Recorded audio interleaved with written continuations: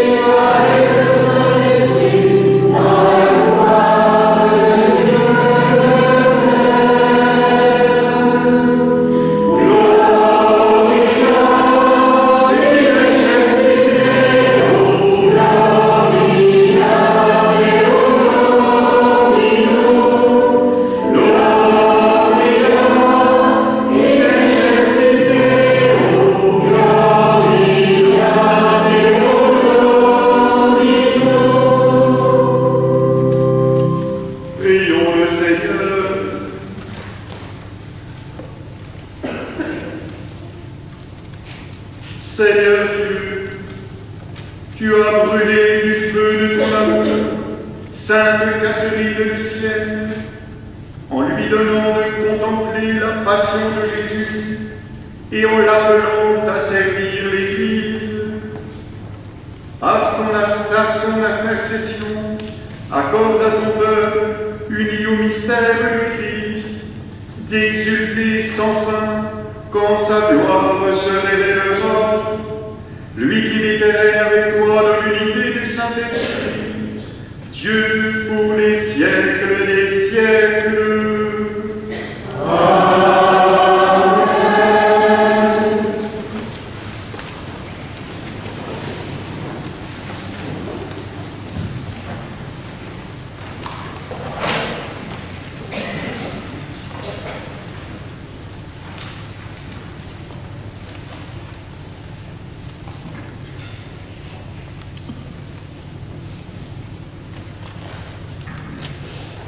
Lecture de la première lettre de Saint Jean.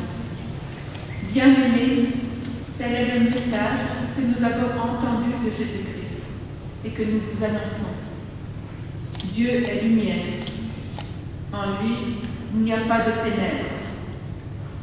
Si nous disons que nous sommes en communion avec lui alors que nous marchons dans les ténèbres, nous sommes des menteurs. Nous ne faisons pas la vérité. Mais si nous marchons dans la lumière, comme il est lui-même dans la lumière, nous sommes en communion les uns avec les autres. Et le sang de Jésus, son Fils, nous purifie de tout péché. Si nous disons que nous n'avons pas de péché, nous nous égarons de nous-mêmes, et la vérité n'est pas en nous. Si nous reconnaissons nos péchés, lui qui est fidèle et juste, va jusqu'à pardonner nos péchés et nous purifier de toute injustice. Si nous disons que nous sommes sans péché, nous faisons de lui un menteur, et sa parole n'est pas en nous. Mes petits enfants, je vous écris cela pour que vous évitiez le péché. Mais si l'un de nous vient à pécher, nous avons un défenseur devant le Père, Jésus-Christ le juste. C'est lui qui, par son sacrifice, obtient le pardon de nos péchés, non seulement les nôtres, mais encore ceux du monde entier. Parole du Seigneur.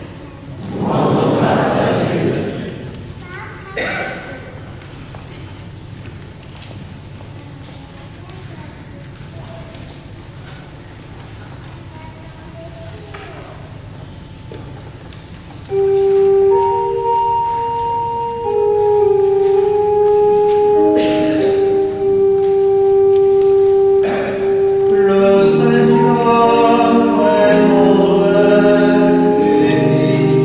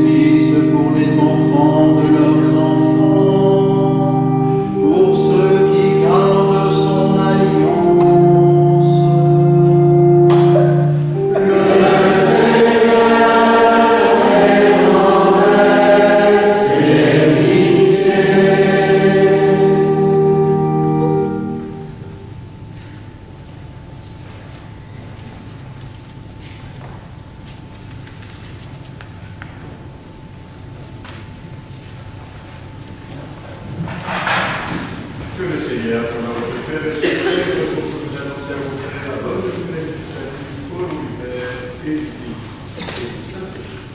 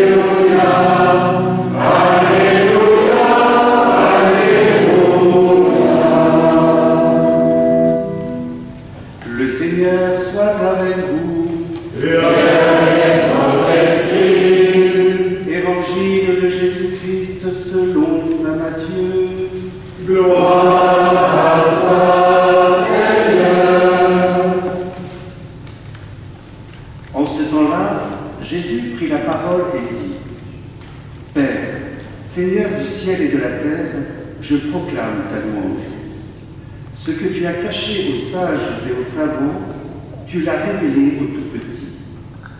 Oui, Père, tu l'as voulu ainsi dans ta bienveillance. Tout m'a été remis par mon Père. Personne ne connaît le Fils sinon le Père, et personne ne connaît le Père sinon le Fils, et celui à qui le Fils veut le révéler. Venez à moi, vous tous qui peinez sous le poids du fardeau, et moi, je vous procurerai le repos. Venez sur vous mon joug, devenez mes disciples, car je suis doux et humble le cœur, et vous trouverez le repos pour votre âme. Oui, mon joug est facile à porter, et mon fardeau léger. Acclamons la parole de Dieu. Louange à toi, Seigneur Jésus.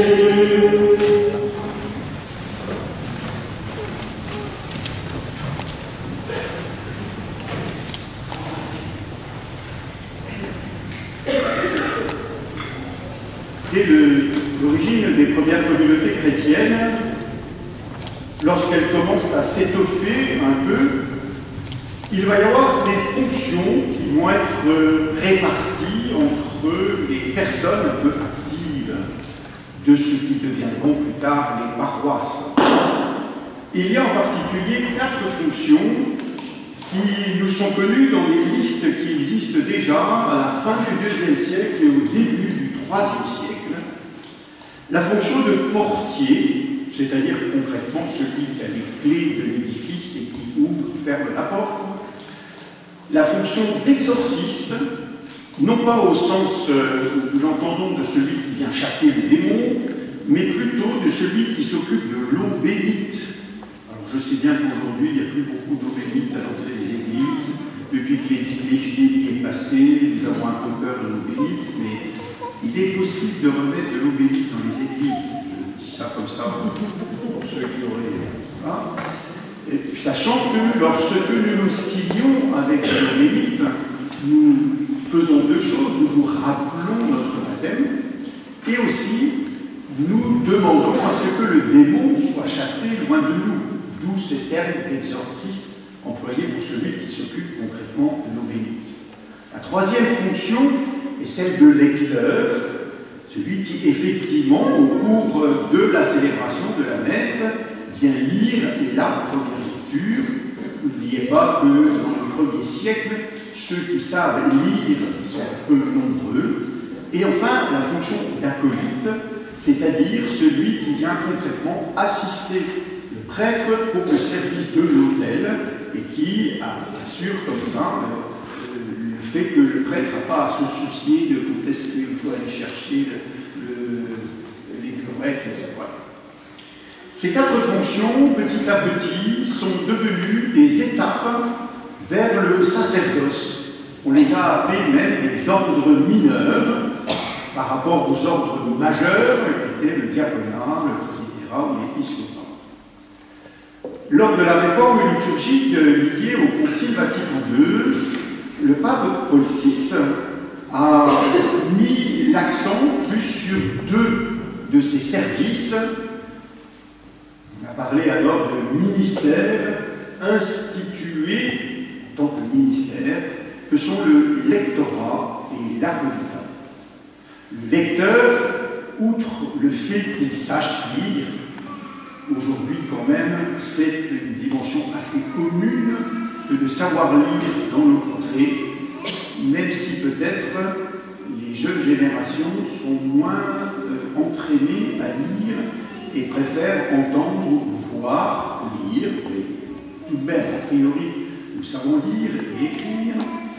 Mais le lecteur, non seulement sait proclamer la parole de Dieu, mais aussi il sait la présenter et il sait favoriser des groupes qui lisent la parole de Dieu et il sait entraîner à la lecture de la parole de Dieu et puis il essaye d'avoir une vie qui soit de plus en plus en cohérence avec cette parole de Dieu.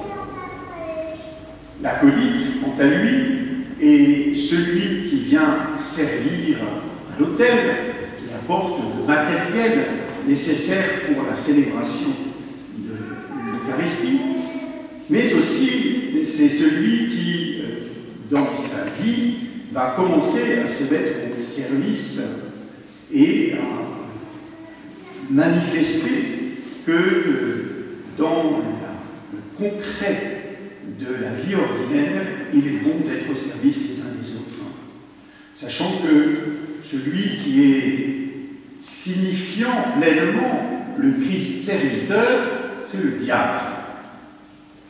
Je vous le disais, les 4 étapes, aujourd'hui réduites à 2 étapes, sont 2 étapes qui sont ordinairement mises en place pour la préparation à l'ordre du diaconat, puis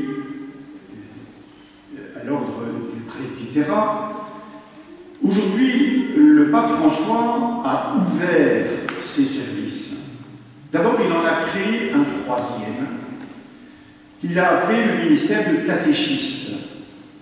Le catéchiste, chez nous, le catéchiste, c'est celui qui fait le caté, mais puisque nous bénéficions de la présence de quelques prêtres africains, ils savent que chez eux, le catéchiste, c'est celui qui est responsable d'une communauté chrétienne locale, dans un village, par exemple, quand la paroisse a de nombreux villages, ou dans un quartier, quand la paroisse est plus urbaine, et assume une certaine présence en représentation du curé de la paroisse, mais avec une autonomie.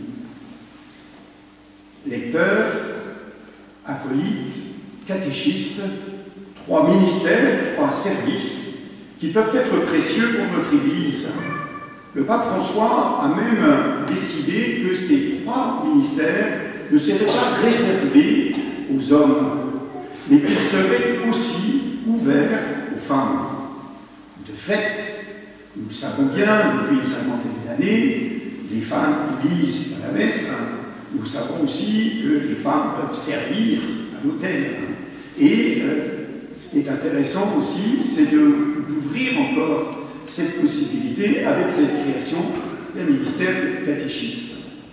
Je me demande d'ailleurs personnellement si dans notre diocèse de Langres, où de plus en plus nos communautés se trouvent sans pasteur immédiat en raison de l'immensité du territoire, il ne faudra pas que l'on nomme quelques personnes responsables ouvertement d'une communauté locale par ce ministère de catéchisme, ou que l'on nomme des personnes capables de porter la bonne nouvelle en commentant à domicile la parole de Dieu, en incitant à la fréquentation de la parole de Dieu, ou même, puisque nous l'avons déjà à travers la présidence des funérailles, en commentant la parole de Dieu lors de certaines célébrations.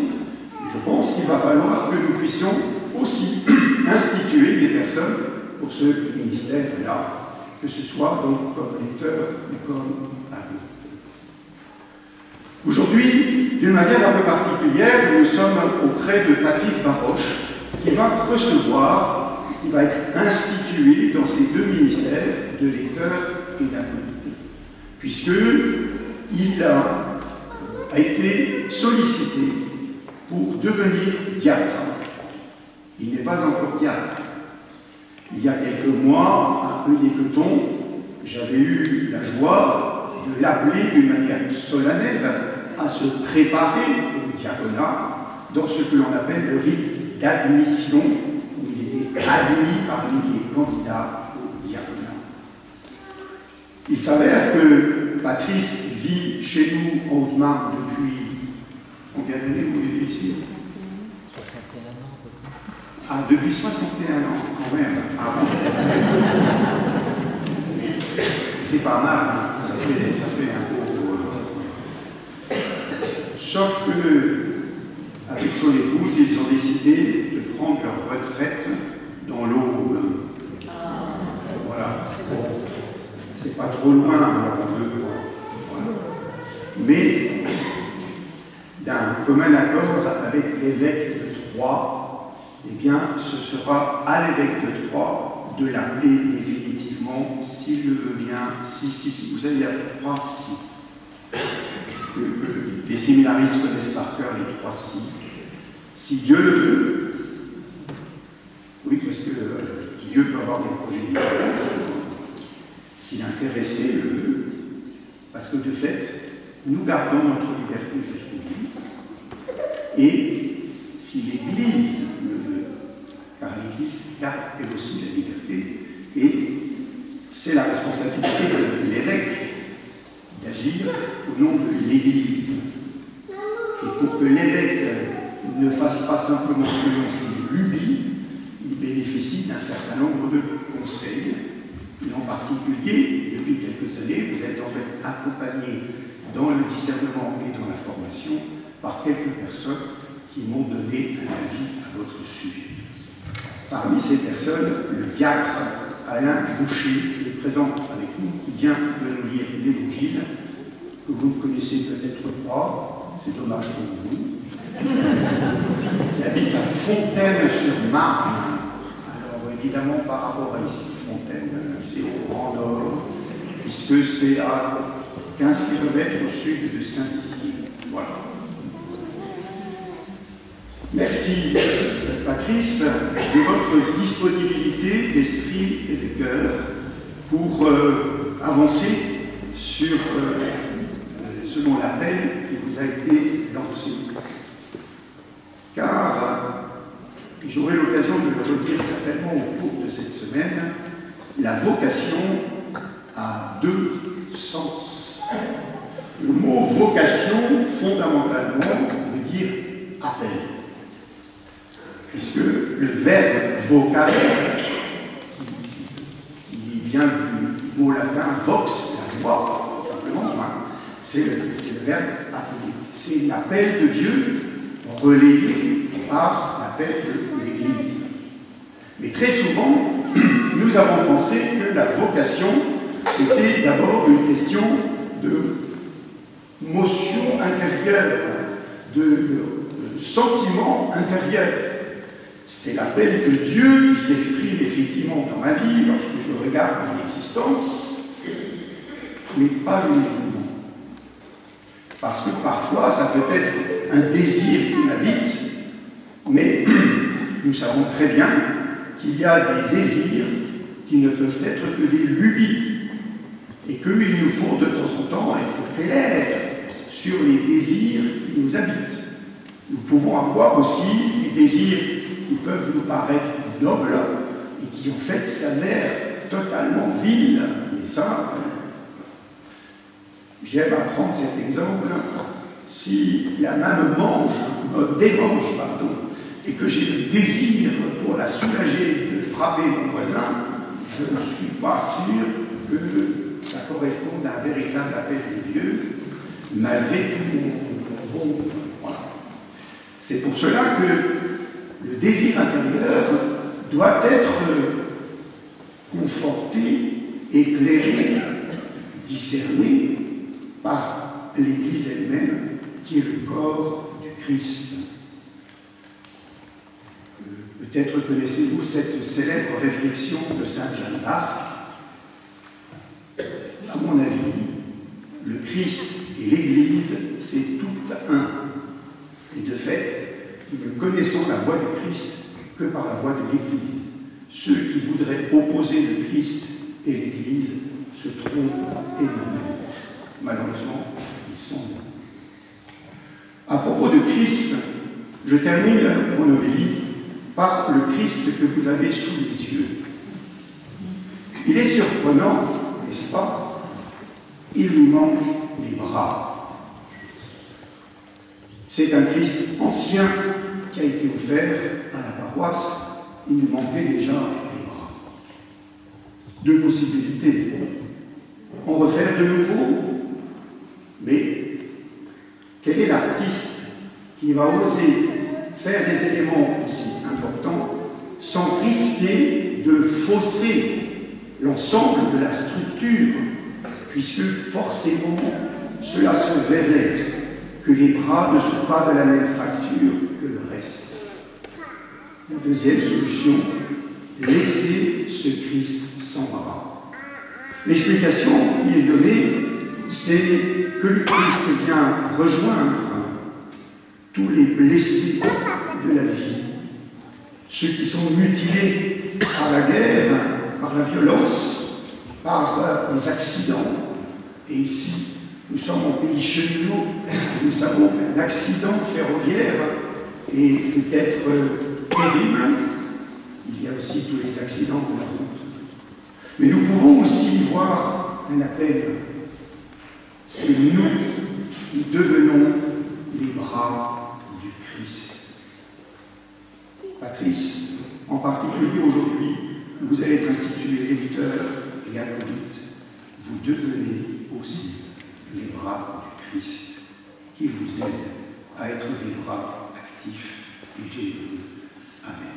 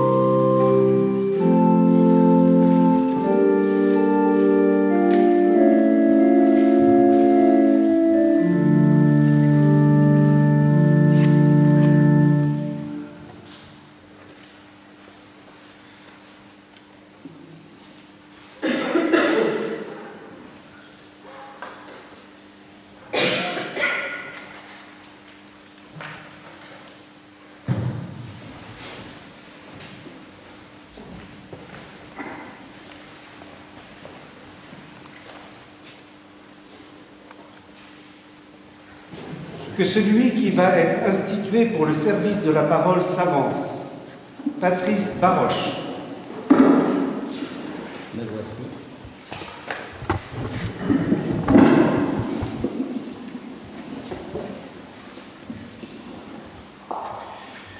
Patrice, vous venez de répondre à l'appel de votre nom. Nous n'en sommes pas tout à fait surpris, puisque nous avons évoqué votre présence. Mais avant de solliciter pour savoir si vous souhaitez effectivement être institué lecteur puis acolyte, je dois aussi solliciter votre épouse. Car il y a combien d'années vous êtes mariés? Et c'est déjà plus. Quand on aime, on ne compte pas. 35 ans. Vous avez engagé avec Anne votre vie totale. Vous vous êtes donné l'un à l'autre pour être signe de l'amour du Christ pour son Église, de l'amour de Dieu pour l'humanité. Et Anne fait donc partie intégrante de votre vie. C'est pour ça que dans le jargon, on dit souvent c'est ma moitié. Voilà. Je ne sais pas si c'est moitié-moitié, si c'est 3 quarts, peu importe, ça c'est... Voilà, une valeur. Voilà pourquoi, Anne, vous avez aujourd'hui votre mot à dire.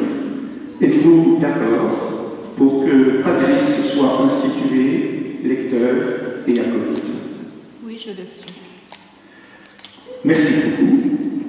Et en signe de cet accord, je vous demande de bien vouloir remettre à Patrice un des signes du service, qui est en fait la robe baptismale, puisque nous avons été vêtus de blanc au jour de notre baptême. Et à travers cette robe baptismale, l'aube, dont le nom signifie tout simplement blanc, eh bien, vous pourrez être encore fidèle à la vocation fondamentale. Restez à côté de lui, vous serez très bien. Frères et sœurs, nous pouvons nous mettre debout. Et je vous invite à prier Dieu de bénir notre frère Patrice, qu'il a choisi pour le ministère de la parole, par son zèle à remplir la tâche qui lui est confiée et à porter la bonne nouvelle du Christ, qu'il glorifie notre Père des cieux. Dieu qui est source de toute lumière et de tout bien, tu as envoyé ton Fils, ta parole vivante, pour révéler au monde le mystère de ton amour. Bénis Patrice dans son ministère, qu'il se nourrisse de ta parole, qu'il se laisse former par elle, et l'annonce avec fidélité, par le Christ notre Seigneur. Amen.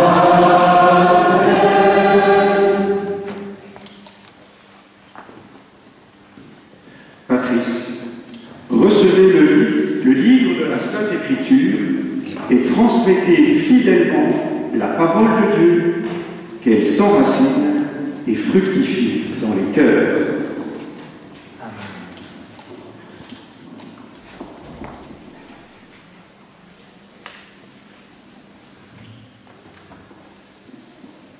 Mais vous allez aussi être institué au ministère de l'acolytat.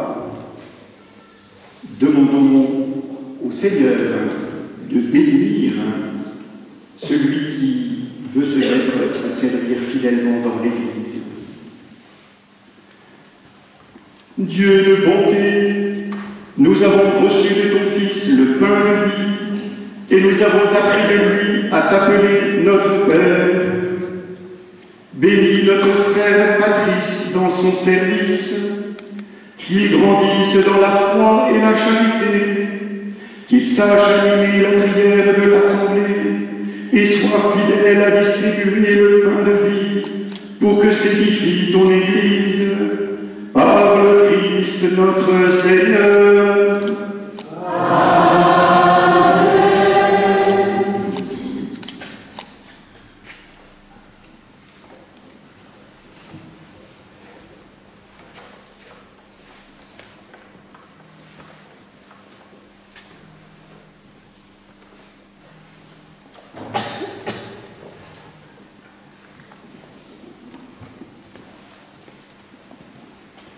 Recevez ce pain et cette coupe de vin pour la célébration de l'Eucharistie et montrez-vous digne de servir à la table du Seigneur et de l'Église. Amen. Alléluia, Alléluia, Alléluia, Alléluia, Alléluia, Alléluia, Alléluia,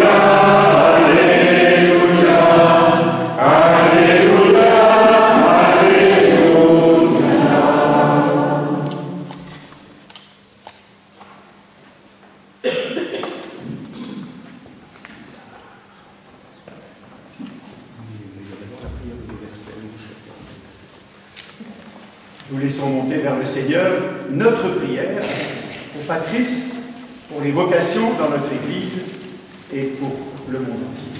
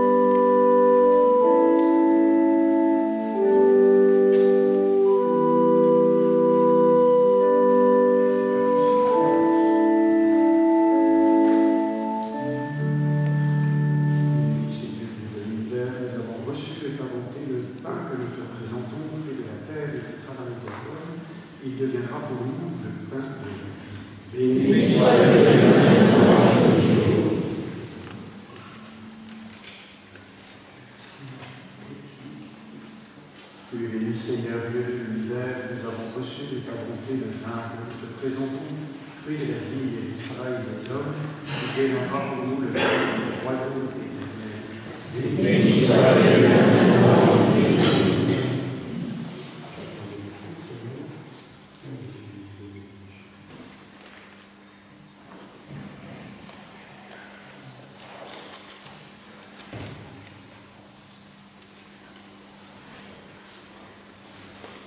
Ayons ensemble le moment d'offrir le sacrifice de toute l'Église. Accueille, Seigneur, le sacrifice du salut que nous présentons en la fête de Sainte Catherine.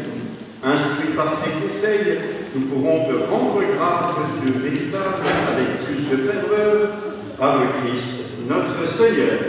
Amen. Le Seigneur soit avec vous.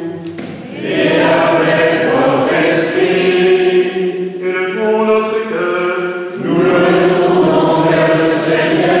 Rendons grâce au Seigneur notre Dieu. Cela est juste et bon. Vraiment, il est juste et bon pour ta gloire et notre salut, de t'offrir notre action de grâce toujours et en tout lieu. Seigneur, le Père très saint, Dieu éternel et tout-puissant, nous célébrons les prévenances de ton amour pour tant d'hommes et de femmes parvenus à la sainteté, en se donnant au Christ à cause du royaume des cieux. Par ce mystère d'alliance, tu veux que notre condition humaine retrouve sa splendeur première, et que dès ici-bas, nous ayons un avant-goût des biens que tu nous donneras dans le monde à venir. C'est pourquoi, avec les saints et tous les anges, nous te louons et sans fin nous proclamons.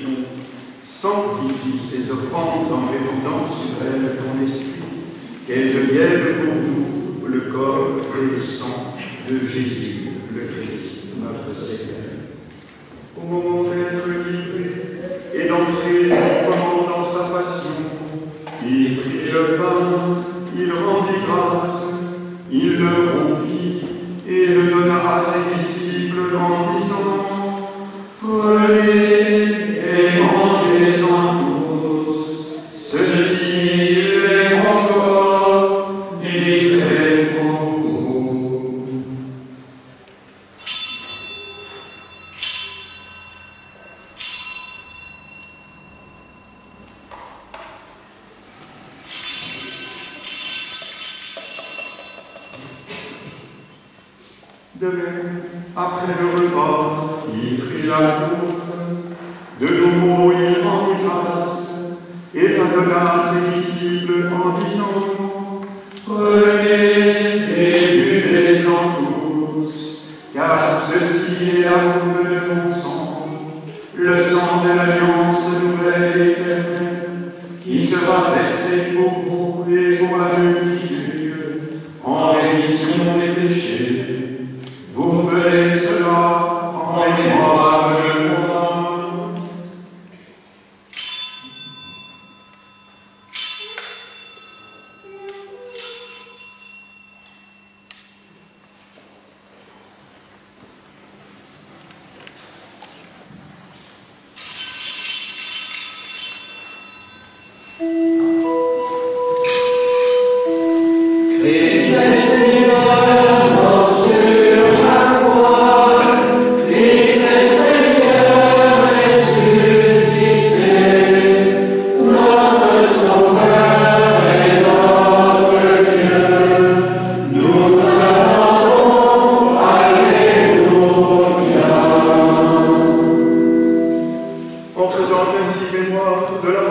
de la résurrection de ton Fils, nous t'offrons, Seigneur, le pain de la vie et la coupe du salut, et nous te rendons grâce, car tu nous as estimés dignes de nous tenir devant toi pour te servir. Humblement, nous te demandons qu'en n'ayant pas au corps et au sang du Christ, nous soyons rassemblés par l'Esprit Saint en un seul corps.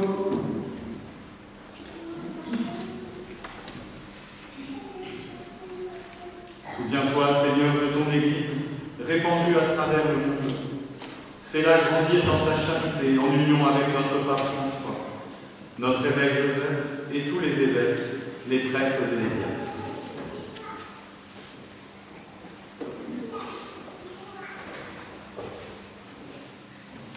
Souviens-toi aussi de nos frères et sœurs qui se sont endormis dans l'espérance de la résurrection, et souviens-toi dans ta miséricorde de tous les défunts.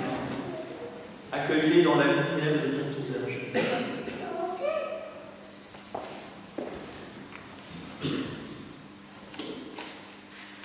Sur nous tous, enfin, nous implorons ta bonté, permet qu'avec la Vierge Marie, la bienheureuse Mère de Dieu, avec Saint Joseph, son époux, les apôtres et tous les saints qui ont fait ta joie au long des âges, nous ayons part à la vie éternelle et que nous chantons ta louange et ta gloire par ton Fils Jésus.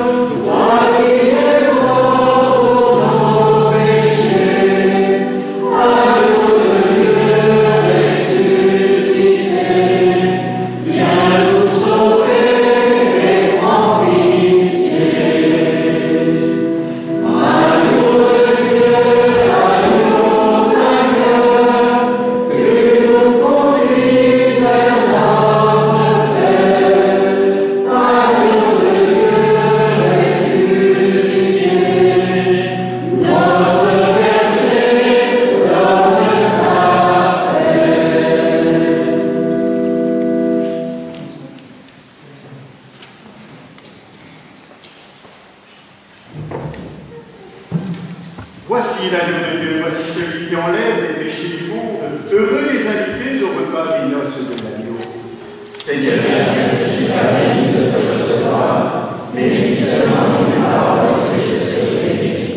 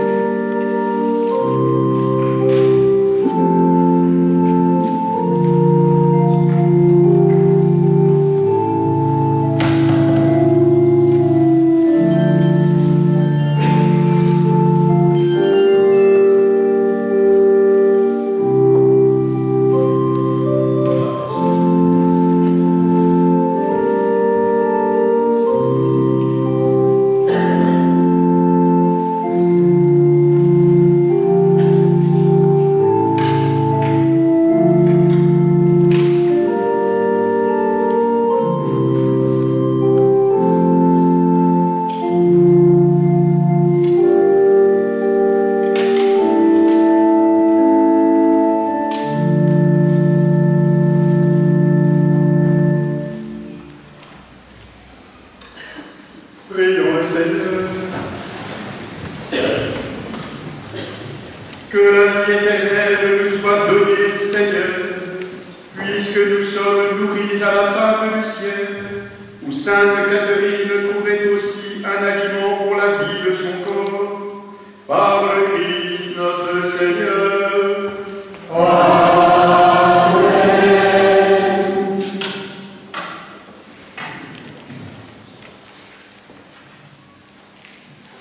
M'attendez à ce que nous soyons 20.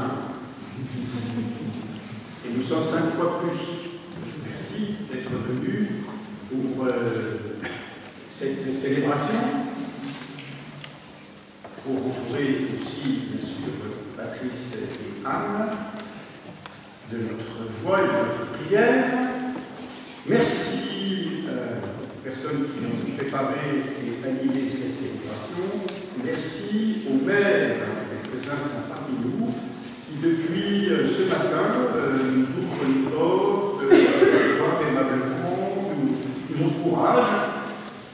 Peut-être que la prochaine marque d'évocation marchera avec nous.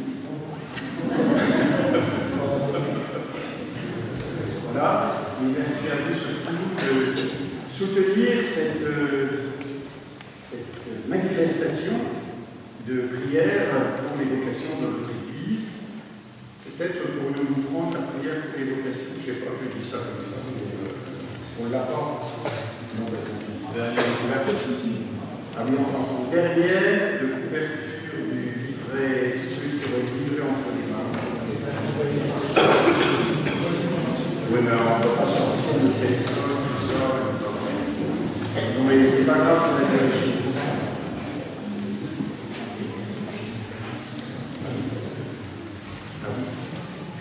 Monsieur le curé me rappelle que monsieur le maire, ici présent, nous invite juste après à la salle des fêtes qui est juste à côté pour petit pot de l'amitié. Dieu notre Père, tu fais de nous des enfants par le baptême et nous t'en remercions. Tu as envoyé ton Fils Jésus qui, en donnant sa vie sur la croix, a révélé la tendresse de ton amour pour tous les hommes. À son il a envoyé des apôtres pour témoigner ceux qui les écouteront sur le chemin qui mène jusqu'à toi. Que ton Esprit Saint suscite dans le diocèse de Langres de nouveaux apôtres qui te rendent témoignage et nourrissent ton peuple par ta parole et par les sacrements de l'Église. Amen. Le Seigneur soit avec vous. Et avec votre esprit. Dieu lui-même est la gloire et le bonheur des saints. Il vous donne le réconfort de leur prière. Il vous bénisse à jamais. Amen. L'intercession des saints vous délivre du mal présent. L'exemple de leur sainteté vous instruit. Soyez comme sainte Catherine de Sienne, toujours prêts à servir Dieu et vos frères.